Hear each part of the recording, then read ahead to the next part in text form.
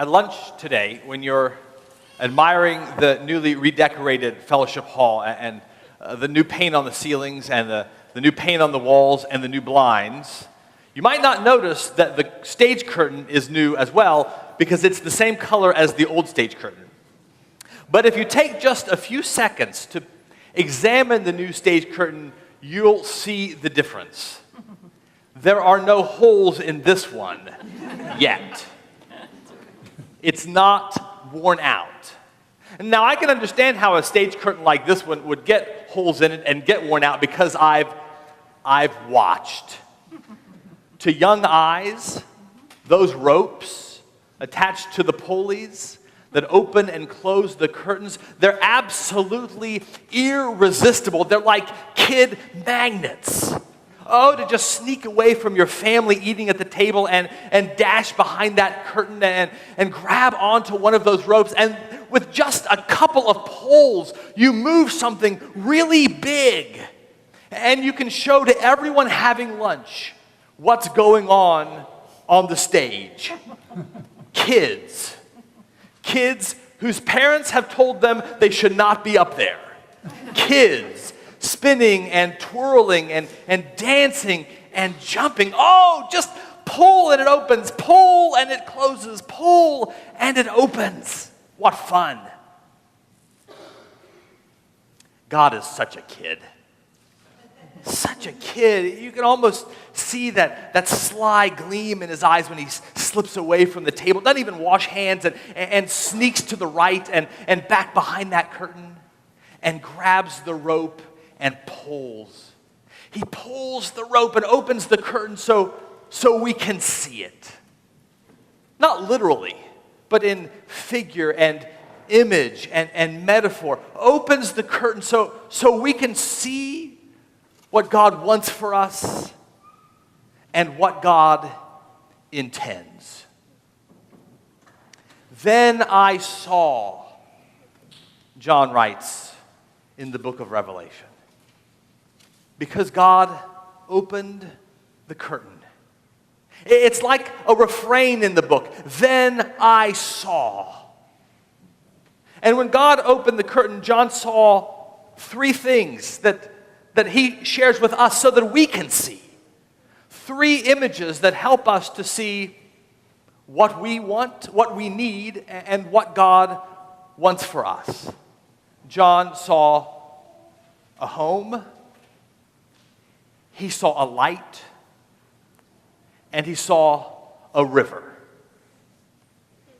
Let's work backwards.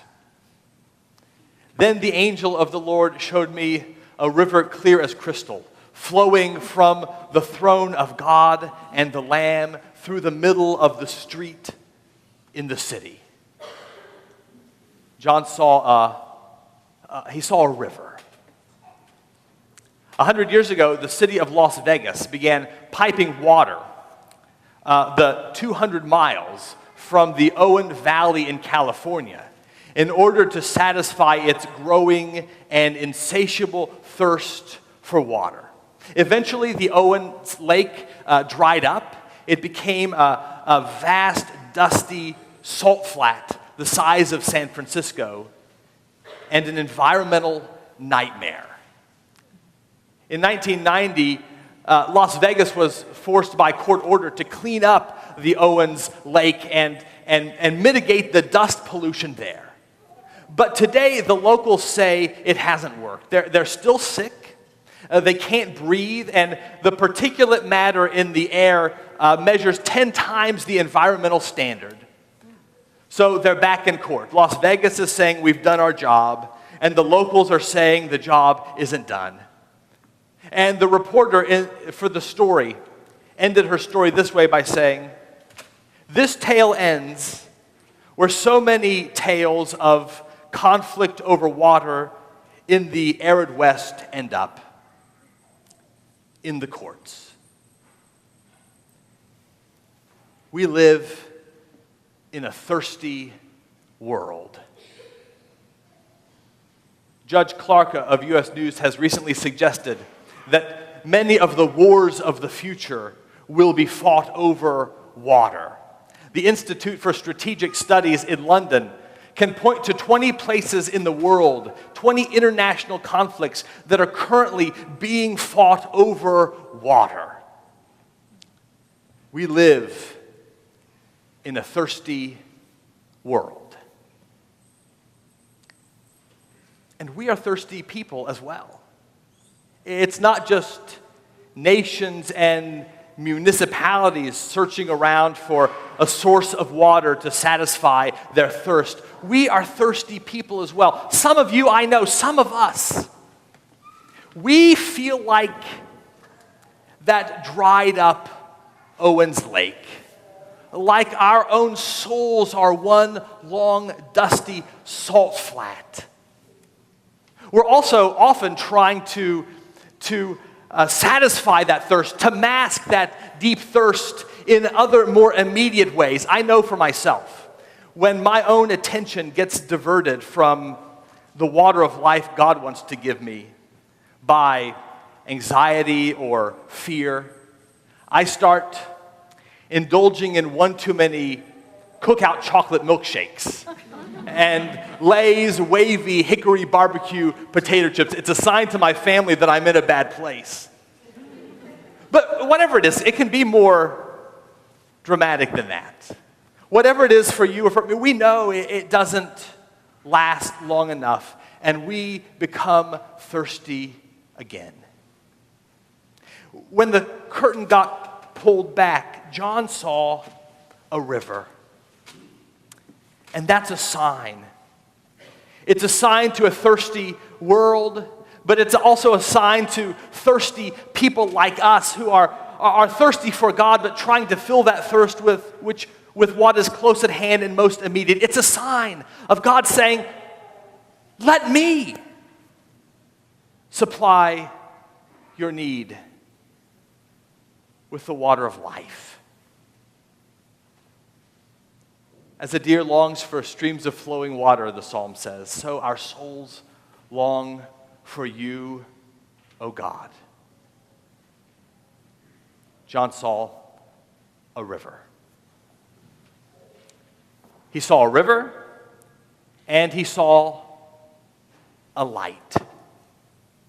I saw, John writes, that the city has no need for a sun or a moon, for the glory of God is its light, and its lamp is the Lamb, and the nations walk by its light.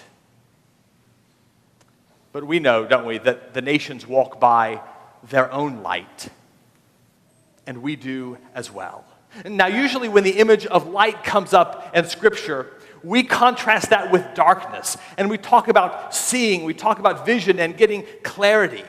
But here, I think light is talking more about the life that comes from the energy of the sun. And so it reminds me of what agrarian thinker Wes Jackson once said. He said that the whole story of human history can be told as the human search for ever new sources of energy. A recent Salon.com article was entitled, Energy Wars Heat Up. From Africa to South America, conflicts over waning resources are growing tense and dangerous. We live in a world desperate for power and new sources of energy. And we, of course, are part of that world. Our own lives are a search, aren't they, for sources of power and energy? I think of it this way. I think of it as our souls suffering from seasonal affective disorder, though it's not seasonal. I'd never heard of this, but when I was a freshman in college, November rolled around, and the days started getting a little shorter, and the darkness started getting a little longer. And so my roommate in college sat me down and he told me straightforwardly, it's going to get bad. He said, I suffer from light deficiency syndrome. And I laughed. I laughed because I'd never heard of this. I had no idea what he was talking about. By January, I knew what he was talking about. Not enough light.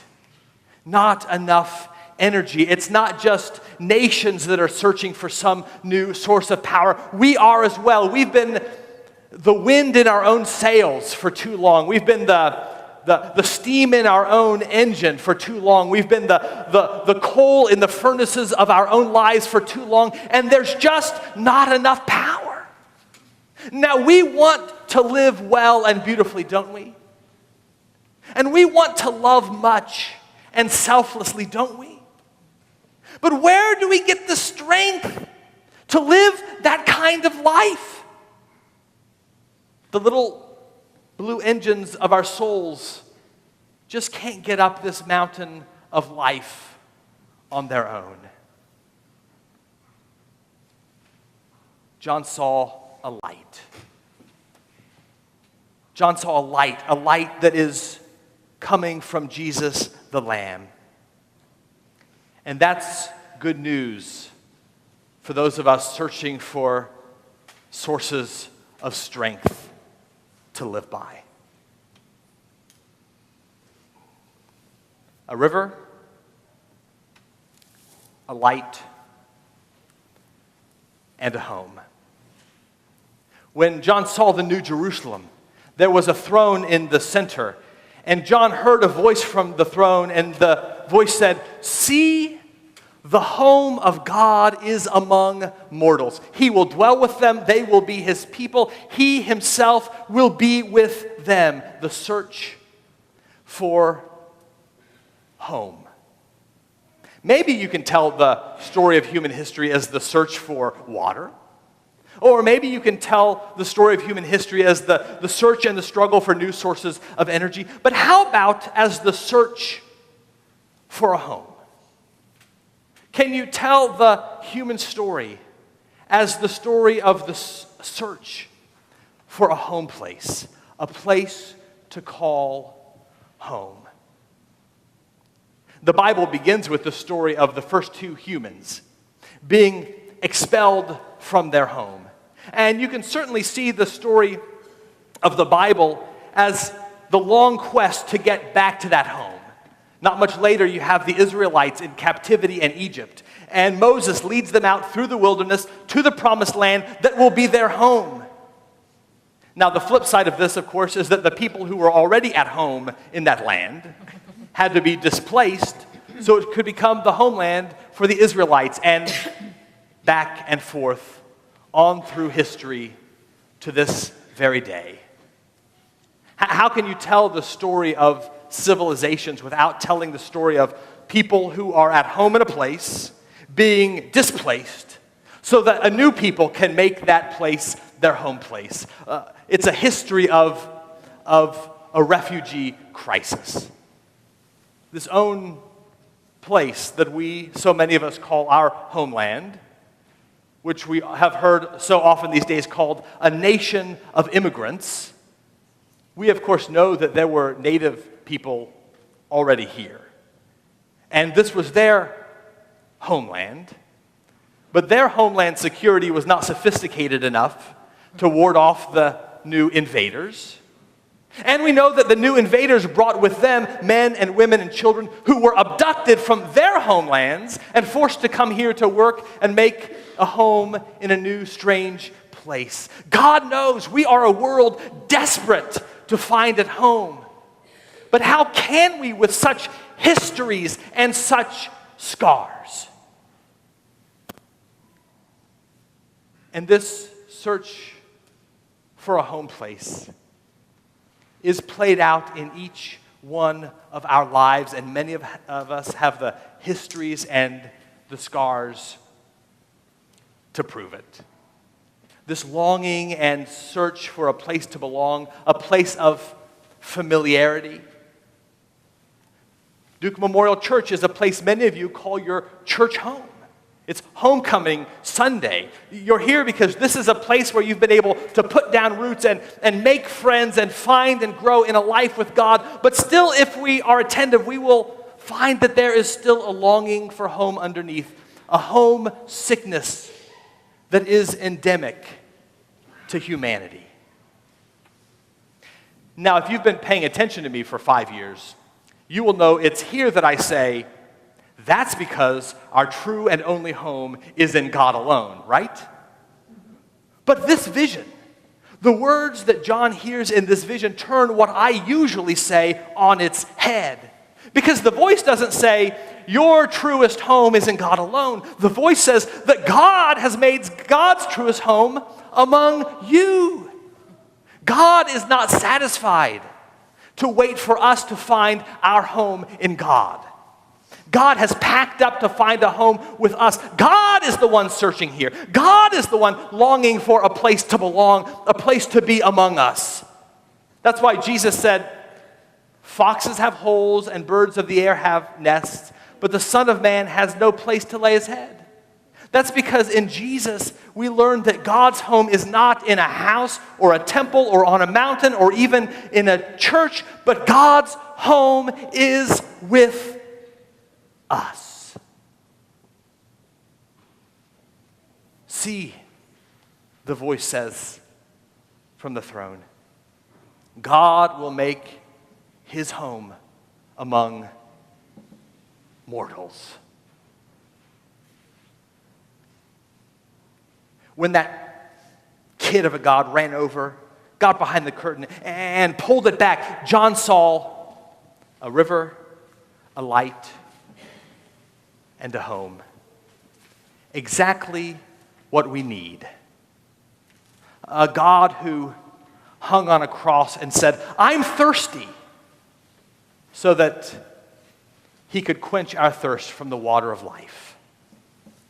A God who laid dead in the darkness of the tomb, so that the light of his risen life could be the source and strength of our lives.